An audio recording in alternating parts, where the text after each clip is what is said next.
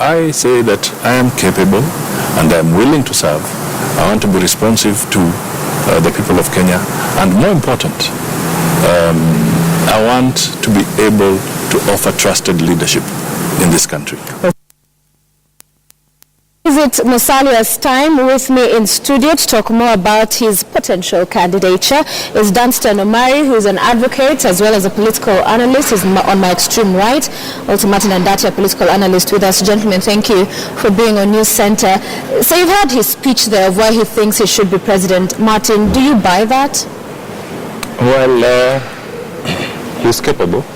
He has the necessary credentials. But you see, he's very cautious in the way he is putting out his words. Yeah. But if you is caution a good thing? Well, he's overcautious. Okay. Yeah. Being cautious is not a problem, but he's a bit overcautious. Yeah. Yeah, and he needs to be a bit relaxed and a bit outgoing. Yeah. But he's been around in the system for quite some time. He understands some of the local dynamics. There have been a few challenges in terms of how to manage the tribal bloc. Because if you manage the tribal bloc, then that puts you on the national scene. Because Kenyan politics is about how you mobilize the regional bloc. Yeah. And Ruto is deputy president because he was able to rally the Kalonzo behind him. Uhuru rallied Mount Kenya behind him. Kalonzo has most of Ukambani. So if Musalia were able to rally the tribal bloc, then it gives him a very serious slot on the national on the bargaining table. So Danston describes him as being overcautious, and Musalia has chosen also to go with a phrase he used in the last election, safe pair of hands, which speaks to the caution he's talking about. So what do you make of this? Does he need to redefine himself? Because if you go with the formula that lost the last time, surely then you're already setting yourself up, aren't you? Musalia Mudavadi is a person who is an old horse you cannot teach new tricks. He's been passive, he's been like that from when he was picked from being a student at the University of Nairobi, doing economics when his father passed on, to becoming an assistant minister. He had finished the university. Around that time. Yeah. He became minister, not assistant. So, all through to date, he has never changed his demeanor, he's never changed his passion for politics. He is a technocrat that is savvy, quiet, he believes in policy, he believes in things working in an organized and systematic manner. Does he reflect the wishes of the people who want a revolution in terms of how things are going to be done from August of this year? When you look at Musalia Mudavadi, he's a safe hands because he's a Fuatanyayo person. He will not spoil anything. He will let the Jubilee policies continue. He will let the NASA policies continue. To him, status quo is so critical, and that's why he said, I will not disrupt any system. Who is he addressing by that? He's addressing he's fighting the Raila phobia that is in Rift Valley, and that one that is in Central Province, that if Raila takes power, there is going to be a disruption of life in Central Province. So he's coming and saying, don't worry, I'm not a product of Raila. I'm a person who will fuata nyayo. So in that aspect, he's safe. He's very safe in the sense that if he's given the ticket, voter passion that comes up of tyranny numbers in Central will lead to voter apathy. They will not wake up to vote because they are safe, their property will be safe because Raila is not in the ballot. That is the position his handlers and those who are packaging him are putting him, that appear not to disrupt anything. Status quo. The status quo should continue. So Martin, what does Mudavadi bring to NASA now as we have it from CORD, especially in light of our politics being very tribal and about regional kingpins and having Wetangula already been there? So what is Mudavadi's input, do you see? You know, the Luhya nation was split. In the last election, Musalia got 483,000 votes. And Raila Odinga got about 65% of the vote. But you see, Raila was working with Jirongo and Wetangula. So what they are trying to do now is to bring all these numbers together so that you have the entire Luhya block voting as one. But up to now, Jirongo has not indicated where he is. We are not sure whether he is part of... Does he have a significant clout? Well, even if he runs away with 100,000 votes, it makes all the difference. Because when you look at the numbers in 2013, if the oppositions comes together and Jubilee manages to hold their blocks, then what it means is the election will be very close. And if the election is very close, even a difference of 2,000 votes will make all the difference, So any little support anybody carries will be very critical. But just like my brother Omari has said, the people in Central and Rift Valley would be more comfortable with the Musalia presidency because you've heard him say that he stands for stability. Of course, another word for stability is status quo. So he does not come out as, he's not polarizing. But it's a strength, but it's also a weakness. Because the people who want the radical shift, the young fellas, you cannot tell them that you will maintain status quo. Yeah. Because they are telling you it is status quo which has put us where we are. And if you are going to Fuatanyayo and keep the thing the way it was, then we have no business. The Maasais want the issues of land addressed. They are talking about TJRC. You have seen when Raila is addressing them and talking about TJRC and the land issues, they get very emotive. So there are people who want radical shift to be able, in terms of policy, to be able to get certain issues addressed. But him is telling you that, look, me, I will not go that route. So I will try to maintain stability. Yeah. In the event, one of the members of the principals pulls out, leaves, ditches NASA, what does that mean in as far as now you have Mudavadi there? Does the team remain strong? And we want to listen to what former Vice President Kalonzo Musyoka had to say because there have been many who have threatened or rather accused and said this might be one that might betray the coalition. So let's listen to what Kalonzo Musyoka had to say in as far as those claims are concerned.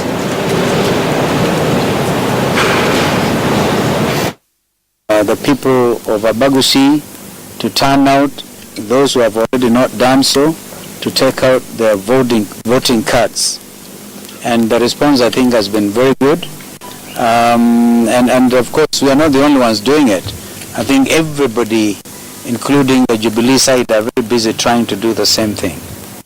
But while we are doing such a beautiful thing, a screaming headline from Nairobi hits us here. And therefore I thought it is important while I'm here to make it absolutely clear that I am in NASA to stay. And no attempt at ridiculing, at speculation by anybody from any quarters will derail us from staying in NASA and going for the highest bid, and that is the office of the President, being a flag bearer of NASA. It is within my democratic right to make it absolutely clear that I'm going for the presidency of the Republic of Kenya on a NASA ticket. If that means, by making that statement, if that means I'm defecting to Jubilee or running alone, so be it. But the truth of the matter is, please, let us remain focused. We are very focused here. We attended the first major public event of the National Super Alliance at the Met County. If I had intentions of wanting to run separately, individually, I would have not even have gone to the Met. But since that time, we've been preaching NASA at every stop, and this has been the reality. So those naysayers, please hold your breath, for goodness sake. We will not spare you, because we will be telling you, we'll expose you for who you are. Yeah, some of them may be even agents themselves by our political opponents. Correct. To try and cause suspicion. I see my brother Mudavadi is also responding the same way. Yes. Where people are saying NASA is a Jubilee project. Well, it isn't. All right? And I've today spoken. Yesterday I was on the line with Raila. In fact, we were in Kisii at the same time. Raila told me he was in Kisumu and he was coming to Kisii to be able to talk to the aspirants on ODM ticket. What I think has shocked people is the fact that Wiper is not a Mkamba party, for goodness sake. Yes. If anybody thinks Wiper, if anybody thinks that they can tie Kalonzo on the legs, yeah, and sell me to the highest bidder, I am not a Mkamba leader. I'm a national leader. Correct. All right, Kalonzo Musyoka weighing in there, and as far as who will carry the flag for NASA, do you think this coalition will hold? Two theories. It might hold. Why do I think that it will hold? There's no any other coalition. There's no option remaining for them. Remember, the only option available is Jubilee. Jubilee is locked to around 2070. When you look at 2017, there is Uhuru Kenyatta. 2022 to 2032, there is William Ruto. There is a possibility in 2022 either Peter Kenneth or Karua or President Uhuru's son or somebody. So that lineup is already complete to around 2050. So they have no option where to go. Two, the anger against Jubilee in the country is so much to the point that anybody who votes will face the same music that Musalia faced when he ran away from the opposition that time and joined Uhuru Kenyatta. So to me, I think it will hold. Also, it might not hold. Why? In 2002, the same opposition dealt a serious body blow to Uhuru Kenyatta. Will he allow again to be hit twice? Once beaten, twice shy. So the power of the incumbency, the fear of what he faced in 2002 might make him and William Ruto very, very decisive in trying to disorganize NASA. Remember, the state resources are in their hands. So they are working extra hard to bring disunity, to bring the discord within the NASA concept. So it is time that we'll say. But also there is another dynamic. Is it only NASA that is likely to disintegrate? Even Jubilee is not sitting pretty. Suppose NASA decides to get one candidate from the Kalenjin region to be the candidate for NASA. Will Jubilee be the same? The deputy president will have no votes if a Kalenjin has been given the slot for NASA. Gideon Moi might be one of them. Anybody, Kurokot might be given them. Who is fronting people like Murgon to contest for presidency? If that scenario comes, will Jubilee also face the same scenario that we are likely to see? This same narrative was what was the narrative that once the ICC case collapses, William Ruto and Uhuru Kenyatta will part ways. They are still together to date. So will NASA collapse? Okay. Time will take. But around May or around April, then the direction will be very clear. Yeah, Martin, your thoughts? There are dynamics. You know, there's a lot of pressure from the supporters. Those who are not happy with the way the Jubilee government has run the country. Of course, Jubilee has practiced politics of exclusion, and it comes out like a duopoly, you know, two major tribes. Then you have the Somalis here and there. Then you throw crumbs to the rest of the Kenyans out there. Then when you look at the economy, right now it's not doing very well. When you compare where we are and where we were during Kibaki's time, the economy is not doing very well.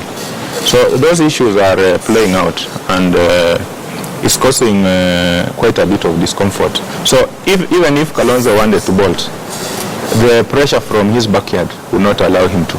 You've seen the senators from Ukambani, the three of them, they have said if he bolts, he's on his own. There is quite a bit of rebellion simmering in his backyard. So even if he wanted to bolt, he bolts and goes where?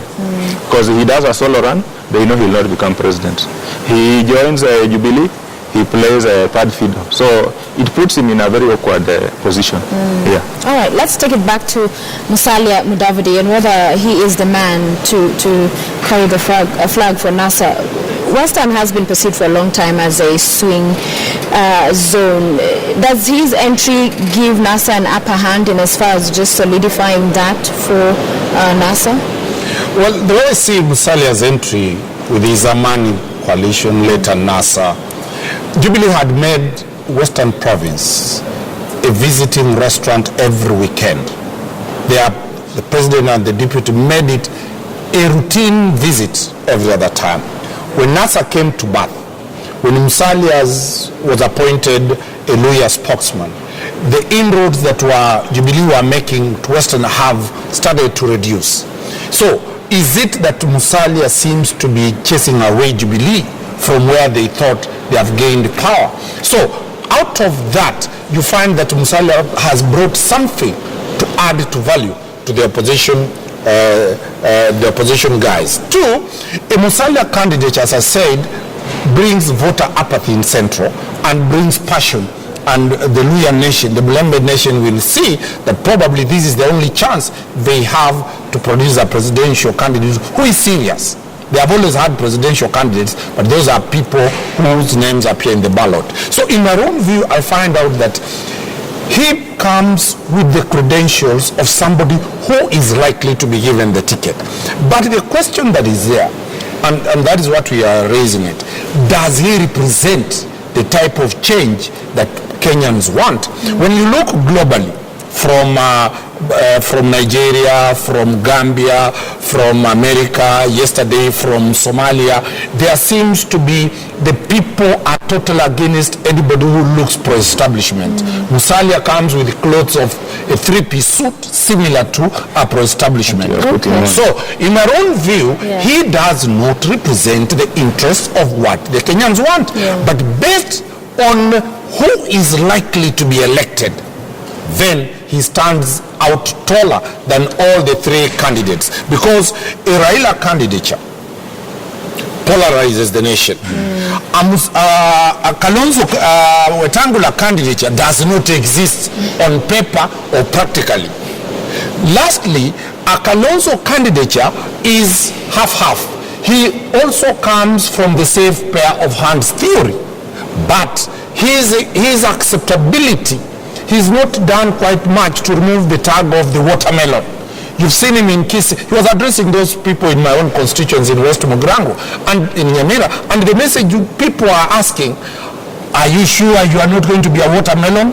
Hautapita katikati ya watu. So that notion, Kalonzo has not worked on it so hard to remove it. And Musalia comes out as the most likely candidate who is being fronted by Raila Odinga. Okay, finally, Martin, Mudavadi's entry and his rise in NASA, what does that mean and portend for Wetangula, who we saw initially very vocal about, he said there's no even such candidature in existence. Do you see it that way, or can he somehow maneuver to still get to a place he has and commands a say? Wetangula, Raila and Kalonzo had the code arrangement. So I think Wetangula was banging on Raila backing them with Kalonzo. The dynamics have changed. The entry of Musalia has caused disruption in the arrangement. So that puts him a bit in a very awkward position. And politically, Musalia is senior in terms of even nationally, even in the local Luya politics. So that poses quite a big challenge for Wetangula. Then, if you look at Nairobi, as we are talking now, Kidero is still the candidate. Kidero comes from Luo Nyanza. Now, if you are going to put Raila as a candidate and put Kalonzo as a running mate, then you have Kidero running here and Mweka as the deputy. It will be very hard for you to convince the Luo nation to back that ticket, because the people will be asking, what is our stake here? We are voting, and no, the Luyas are the second largest voting bloc in the country and in the city here. So they will be asking, why are we voting people from two communities to take power while we are basically flower girls? So that poses a challenge. Then when you look at the history of this country, the people who look docile like Musalia are the ones who ultimately end up with power. Look at Moi, look at Kibaki. Those who are very aggressive, like Raila, like Ruto, like Matiba, they ultimately don't end up with the prize, because the people who own most of the properties and business interests here, they feel very uncomfortable, because if you bring radical policy shifts, then it's bound to disrupt some of the beneficiaries of those interests. So they try to fight as much as possible. You might do as much as Raila is doing, you know. You are a very good player, you are a very good striker, but you cannot score. So what happens is